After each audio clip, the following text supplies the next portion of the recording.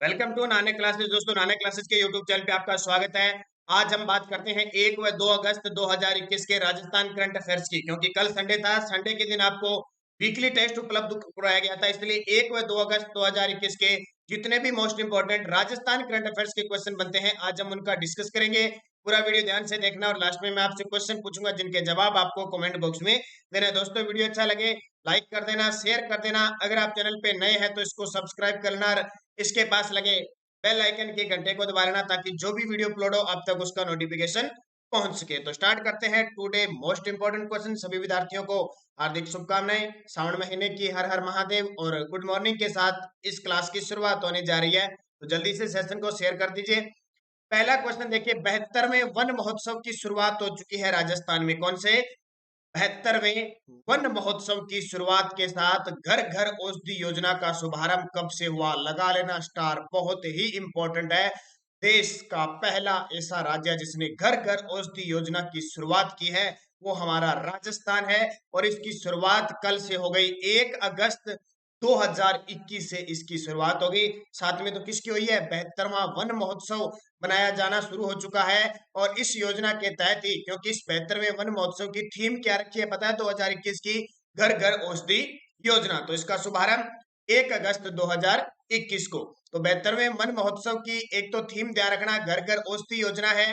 राजस्थान के नागरिकों के स्वास्थ्य रक्षण और राज्य में औषधीय पौधों के संरक्षण और संवर्धन हेतु घर घर औषधि योजना का शुभारंभ खुद मुख्यमंत्री अशोक गहलोत ने 1 अगस्त 2021 से किया। इसकी घोषणा बजट में हुई थी कि हर घर औषधि योजना की शुरुआत करेंगे हम। बजट 2021-22 में जो 24 फरवरी को पेश किया गया था मुख्यमंत्री अशोक गहलोत जी के द्वारा। ये चीज याद रखना इंपॉर्टेंट है, क्योंकि इस कोरोना काल में जो औषधि काम आई थी, गिलोय, अश्वगंधा, कालमेघ और तुलसी के पौधे बहुत काम आए थे। ये गिलोय की जो बेल है ये तो बहुत कारागार साबित हुई थी इस कोरोना काल में। तो टारगेट है अगले 5 साल में 210 करोड़ रुपए के वैसे 30 करोड़ से ज्यादा औषधीय पौधों का वितरण किया जाएगा, यानी हर घर घर में ये पौधे वितरित किए जाएंगे। अब सरकार हमारे लिए इतना कर रही है तो हमारा इतना फर्ज बनता है कि जो पौधे दिए जाएंगे हम उनका पालन पोषण अच्छे तरीके से दें, अच्छे तरीके से उनकी केयर करें, ताकि आने वाले समय में वो हमें भी फायदा हो सके और प्राकृतिक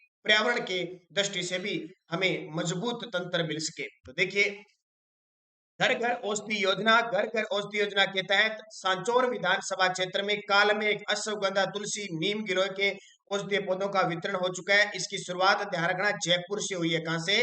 जयपुर से इसकी शुरुआत हुई है। ये है आपका गिलोय, ये तुलसी, कालमेघ, अश्वगंधा, ठीक है। और यहाँ देखिए मुख्यमंत्री अशोक गहलोत जी ने 1 अगस्त 2021 से शुरुआत की है। और यहाँ जो तस्वीर देख रहे हो थोड़ी सी धुंधली दिखाई दे रही है आपको, ये है हमारे राजस्थान के वन, जलवायु, पर्यावरण मंत्री। कौन? सुखराम बिश्नोई। कौन है? सुखराम बिश्नोई हमारे राजस्थान के वन, जलवायु, पर्यावरण मंत्री हैं। तो इनको भी याद रखना इंपॉर्टेंट है, परीक्षा की दृष्टि से पेपर में पूछा जा सकता है। दूसरे क्वेश्चन की तरफ चलते हैं। भारत का सबसे बड़ा पंचमार्ग पार्क राजस्थान में कहां स्थापित किया जाएगा? भारत का सबसे बड़ा पंचमार्ग पार्क किस राजस्थान में कहां स्थापित किया जाएगा? अब ये पंचकर्म, सॉरी मार्ग नहीं, पंचकर्म। पंचकर्म क्या होता है? कई बार आपने स्वामी रामदेव को, पतंजलि योग के जो पीठाधीश है रामदेव जी को आपने देखा होगा कि ऐसे करने से, यहाँ से ये दबाने से ये सही हो जाता है, उंगली के से हार्ट का कम हो जाता है, ऐसे पंचमार्ग किए जाते हैं ना, ऐसे दबाने से। तो मशीनों के द्वारा पंचमार्ग करने की जो एक सबसे बड़ा पंचमार्ग, पंचकर्म, सॉरी पंचकर्म पार्क है, वो राजस्थान में कहाँ स्थापित होगा? तो वो राजस्थान में जोधपुर में स्थापित होगा। तो समझ में आ गया, भारत का सबसे बड़ा पंचकर्म पार्क राजस्थान में कहाँ स्थापित किया जाएगा? जोधपुर में। है क्या ये पंचकर्म? समझ गए होंगे, रोगों के निदान के लिए शरीर के अलग अलग भागों को दबाया जाता है, रोगों को दबाया जाता है। अब ये सीधा तो दबा नहीं सकते, हमें कितने कह दो कि इस रोग के लिए ये, फिर भी हम नहीं दबाते। तो वहां पे एक स्पेशल स्थापित किया गया पार्क, ताकि वह मशीनों के माध्यम से कोई भी रोग है उसको पंचकर्म के माध्यम से ठीक किया जा सके। तो कहाँ स्थापित है? जोधपुर के डॉक्टर सर्वपल्ली राधाकृष्णन आयुर्वेदिक विश्वविद्यालय में भारत का सबसे बड़ा पंचकर्म पार्क स्थापित किया जाएगा। जोधपुर की बात आई है तो जोधपुर की बात कर लेते हैं। और जोधपुर की बात करना हमें इस बात का पता चलता है कि हमारे वर्तमान मुख्यमंत्री अशोक गहलोत जी का गृह जिला जोधपुर है। तो जिले के लिए तो बहुत सारी सौगातें। पहला, 12 मई 1459 को जोधपुर शहर की स्थापना राव जोधा के द्वारा की जाती है। हाल ही में आईटी व रेल मंत्री जो बने हैं अश्विनी वैष्णव, कौन है? अश्विनी वैष्णव, उनका जन्म भी कहां पे हुआ था? जोधपुर में। हाल ही में राजस्थान के जल मंत्री गजेंद्र सिंह शेखावत, हमारे देश के जल मंत्री गजेंद्र सिंह शेखावत का संबंध भी कहां से? जोधपुर से। खुद मुख्यमंत्री अशोक गहलोत जी का जो विधानसभा क्षेत्र है वो भी सरदारपुरा जोधपुर से है। बात आती है इंपॉर्टेंट तथ्यों की, तो प्रथम प्रथम स्पाइस पार्क वो भी कहां पे है? जोधपुर में। राजस्थान का दूसरा मेगा फूड पार्क प्रस्तावित कहां है? जोधपुर में। भारत की दूसरी व राजस्थान की पहली टेक्निकल यूनिवर्सिटी, डिजिटल यूनिवर्सिटी कहां स्थापित हो गई? वो भी जोधपुर में। इसके अलावा बात करें इंपॉर्टेंट पर्यटकों के घूमने के लिहाज से, एशिया के टॉप 10 में हमारा जोधपुर शामिल है। इसके अलावा और बात करें, राज्य मानवाधिकार आयोग के अध्यक्ष जी के व्यास, गोपाल कृष्ण व्यास का संबंध जोधपुर से है। महिला व बाल संरक्षण आयोग की अध्यक्ष संगीता बेनीवाल का संबंध जोधपुर से है। ये मिताली राज भारतीय क्रिकेटर है, उनका जन्म भी कहाँ हुआ था? जोधपुर के अंदर हुआ था। तो इतनी सारी बातें आपको याद रखनी है। और भी बहुत सारी बातें हैं। जोधपुर की जसोदा को अंतर्राष्ट्रीय बाल शांति पुरस्कार 2020 मिलेगा। और राजस्थान उद्योग हस्तशिल्प उत्सव 2021 का आयोजन भी कहाँ हुआ? जोधपुर में हुआ। तो ये सारी चीजें आपको याद रखनी है, क्योंकि बहुत सारी चीजें हैं। मैं करंट से रिलेटेड ही आपको चीजें बता रहा हूँ। बाकी यहाँ पे मेहरानगढ़ दुर्ग है, कायलाना झील है, प्रताप सागर झील है, बहुत सारी चीजें, लेकिन मुख्य मैं आपको करंट से जोड़ना चाहता हूँ क्योंकि करंट की क्लास है। अगला, हाल ही में राजस्व मंडल अजमेर का अध्यक्ष किसे बनाया गया है? हाल ही में राजस्व मंडल अजमेर का अध्यक्ष किसे बनाया गया? आपको पता है 5 आईएएस अधिकारियों को इधर उधर किया गया, नियुक्त किया गया। उसमें एक इंपॉर्टेंट है, राजस्व मंडल जो हमारा अजमेर जिसका मुख्यालय है, उसके अध्यक्ष कौन बनाए गए हैं? राजेश्वर सिंह। किसको बनाया गया है? राजेश्वर सिंह। तो राजस्थान राजस्व मंडल मुख्यालय अजमेर में है। वर्तमान अध्यक्ष किसको बना दिए गए? राजेश्वर सिंह। इंपॉर्टेंट है, परीक्षा में पूछा जा सकता है। स्थापना ध्यान रखना, इस राजस्थान राजस्व मंडल की जो स्थापना 1949 में जयपुर में हुई थी, लगभग मुख्यालय जयपुर में थे, उसके बाद में कुछ अजमेर में स्थानांतरित हुए। 1958 में इसका मुख्यालय अजमेर लाए गए। अब वर्तमान में पूछे ना कि राजस्थान राजस्व मंडल का वर्तमान मुख्यालय कहाँ पे है, तो अजमेर में। जब स्थापना हुई थी तब जयपुर में था, ये याद रखना। और आपको पता है पशु गणना करने का काम कौन करती है? पशु गणना और राजस्व इकट्ठा करने का काम ये राजस्व मंडल अजमेर ही करता है। अगला, राजस्थान माध्यमिक शिक्षा बोर्ड अजमेर का कौन सा स्थापना दिवस हाल ही में बनाया गया? जिसको कहते हो RBSC या कहते हो आप BSER। उस BSER राजस्थान माध्यमिक शिक्षा बोर्ड का, और जिसका मुख्यालय कहाँ पे? अजमेर, का स्थापना दिवस हाल ही में कब मनाया गया? तो इसका उत्तर हो जाएगा 64वां बनाया गया। कौन सा? 64वां बनाया गया। राजस्थान माध्यमिक शिक्षा बोर्ड स्थापना 1 अगस्त 1957 को हुई थी। 1 अगस्त 1957 को जयपुर में हुई थी। 1 अगस्त 2021 को 64वां स्थापना दिवस मनाया गया। और सबसे बड़ी बात, वर्तमान अध्यक्ष डीपी जारोली। कौन है? डीपी जारोली वर्तमान में अध्यक्ष है। और जो रीट के विद्यार्थी है वो तो तैयार है, क्योंकि आपका पेपर माध्यमिक शिक्षा बोर्ड ही करवाने वाली है, तो उनके लिए तो खास है। वर्तमान अध्यक्ष है डीपी जरोली। ध्यान रखना 1957 में जब इसकी स्थापना हुई थी तो इसका मुख्यालय जयपुर में था। 1961 में इसका मुख्यालय अजमेर स्थानांतरित कर दिया। 1961 में इसका मुख्यालय अजमेर स्थानांतरित कर दिया। तो याद रखना 64वां माध्यमिक शिक्षा बोर्ड का हाल ही में स्थापना दिवस मनाया गया। और 72वां आपको पता ही है वन महोत्सव मनाया जा रहा है, 72वां राजस्थान। चीजें इंपॉर्टेंट है आपके लिए। अगला, तुर्की में होने वाले अंतर्राष्ट्रीय युवा शिखर सम्मेलन में भारत का प्रतिनिधित्व राजस्थान के किस युवा द्वारा किया जाएगा? तुर्की में होने वाले अंतर्राष्ट्रीय युवा शिखर सम्मेलन में भारत का प्रतिनिधित्व राजस्थान के युवा जुबेर के द्वारा किया जाएगा। किसके द्वारा? जुबेर के द्वारा। तो युवा संगठन इंटरनेशनल युवा अभिद ग्लोबलिजेशन फॉर यूथ डेवलपमेंट संस्था ने जयपुर के पेशे से वकील है जुबेर का चयन किया, यानी जयपुर के हैं और वकील है, जुबेर का चयन किया। इस शिखर सम्मेलन में स्वागत में सेमिनार, इंटरेक्शन, सेक्स विकास यात्राएं होगी। तो कहाँ पे होगा? तुर्की के अंदर अंतरराष्ट्रीय युवा शिखर सम्मेलन। कौन भाग लेगा? जुबेर। अब जुबेर की बात, अब देखिए बात आई तुर्की की, तो एक बार मैं आपको विश्व के नक्शे में तुर्की की कहानी बता देता हूँ।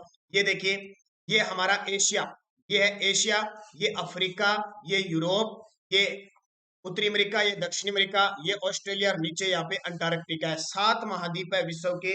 और यहाँ देखिए ये भूमध्य सागर है। कौन सा है? भूमध्य सागर। हम कहते हैं ना पश्चिमी विक्षोभों से भूमध्य सागरीय चक्रवात से बारिश होती है, माउंट होती है, ये भूमध्य सागर है। इसके पास देखिए ये है जो लाल कलर में है, तुर्की, जो यूरोप में भी है और एशिया में भी है। बड़ी बात देखो, यूरोप महाद्वीप में भी फैला है और एशिया महाद्वीप में भी फैला है। और तुर्की को यूरोप का मरीज कहा जाता है। तुर्की को यूरोप का मरीज कहा जाता है, इस बात को भी याद रखना।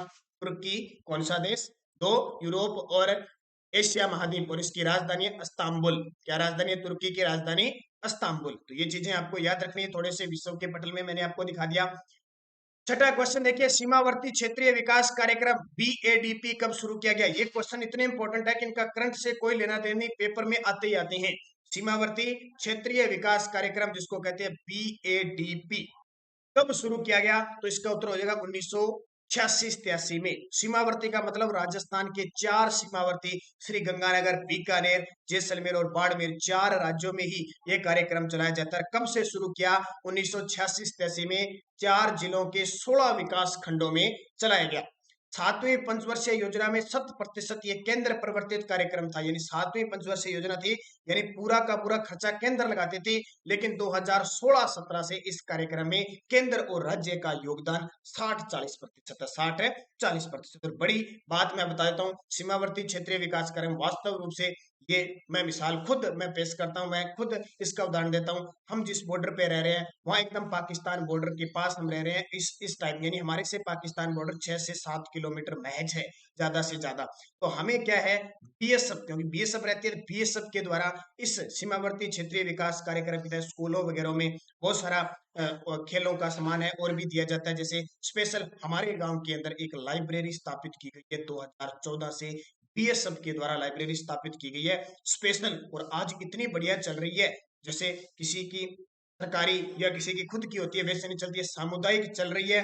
और इसके अंदर रोज 20 से 25 बच्चे पढ़ रहे हैं। और बड़ी बात, अब उसका विकास कैसे हो रहा है देखो, गांव के अंदर जितने भी जॉब लगते हैं गांव के अंदर, उनसे सहयोग लिया जाता है। कोई कुछ भी देता है, उनसे स्पेशल सहयोग लिया जाता है। और वहां पे हर 6 महीने साल के बाद उस कोई ना कोई एक व्यक्तित्व को बुलाकर वहां से राशि ली जाती है। तो इतना बढ़िया जबरदस्त तरीके से चल रहा है, जैसे किसी निजी की संस्था हो, यानी सामुदायिक गांव की चल रहा है। इसकी शुरुआत बीएसएफ के जवानों के द्वारा की गई थी और आज बढ़िया तरीके से विकसित है। और 2014 से शुरू होने के बाद उसमें अब तक 6 विद्यार्थी वहां से जॉब लग, इसका बहुत फायदा है। सीमावर्ती क्षेत्रीय विकास कार्यक्रम अगर सही रूप से उस पैसे का यूज किया जाए तो सब आराम से वहां के क्षेत्रों को फायदा मिलता है।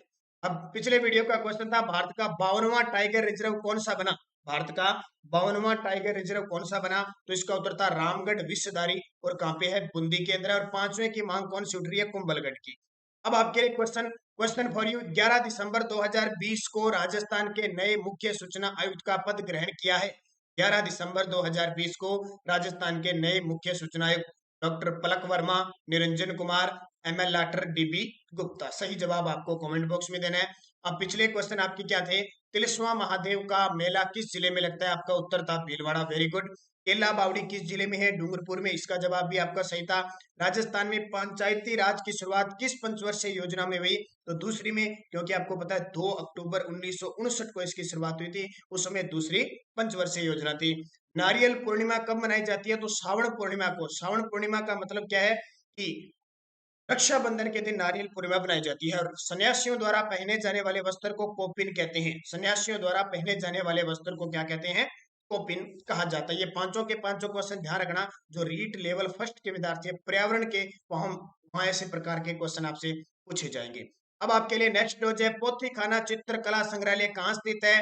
राजस्थान की पहली महिला कलेक्टर कौन थी? राजस्थान की पहली महिला कलेक्टर कौन थी? दुर्सा हाडा किस मुगल सम्राट के समकालीन थे? अमेरिकन कपास राजस्थान के किस जिले में होती है?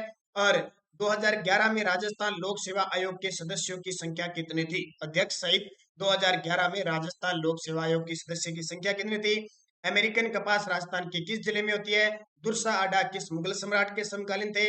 राजस्थान की पहली महिला कलेक्टर कौन थी? और पोथीखाना चित्रकला संग्रहालय कहाँ स्थित है? पांचों के जवाब आपको कमेंट बॉक्स में देने हैं दोस्तों। वीडियो अच्छा लगे लाइक कर दो, फटाफट शेयर कर दो। और दूसरा, जिस विद्यार्थी ने अब तक ये करंट अफेयर्स नहीं खरीदी है, पीडीएफ लास्ट 6 मंथ जनवरी से जून 2021 की 1000 प्लस मुख्य सहित पीडीएफ उपलब्ध है। लेने के लिए 8094496272 पर संपर्क करें। इस नंबर पे आपको 100 रुपये पे करने हैं, फोन पे, गूगल पे, पेटीएम। इसके साथ आपको 2020 की भी मिलेगी, 2019 की भी आप प्राप्त कर सकते हो। योजना, पुरस्कार, खेल प्रदर्शन, इनके भी पीडीएफ ले सकते हो। तो 8094496272 पे संपर्क करें, 100 रुपये पे कीजिए और इसी नंबर पे व्हाट्सएप के माध्यम से आपको पीडीएफ प्राप्त हो जाएगी। तो ये थे most important Rajasthan current affairs के क्वेश्चन। दोस्तों वीडियो लाइक शेयर करते रहना। शाम 9 बजे आपको राजस्थान जीके की क्लास उपलब्ध होती है। तो 2 क्लासें हमारी फिक्स होती है, सुबह 7 बजे राजस्थान करंट और शाम 9 बजे राजस्थान जीके की क्लास उपलब्ध होती है। जल्द ही 1-2 दिनों में आपको जुलाई मंथ के टॉप 100 क्वेश्चनों का वीडियो मिलने वाला है। तो धन्यवाद दोस्तों, जय हिंद, जय भारत।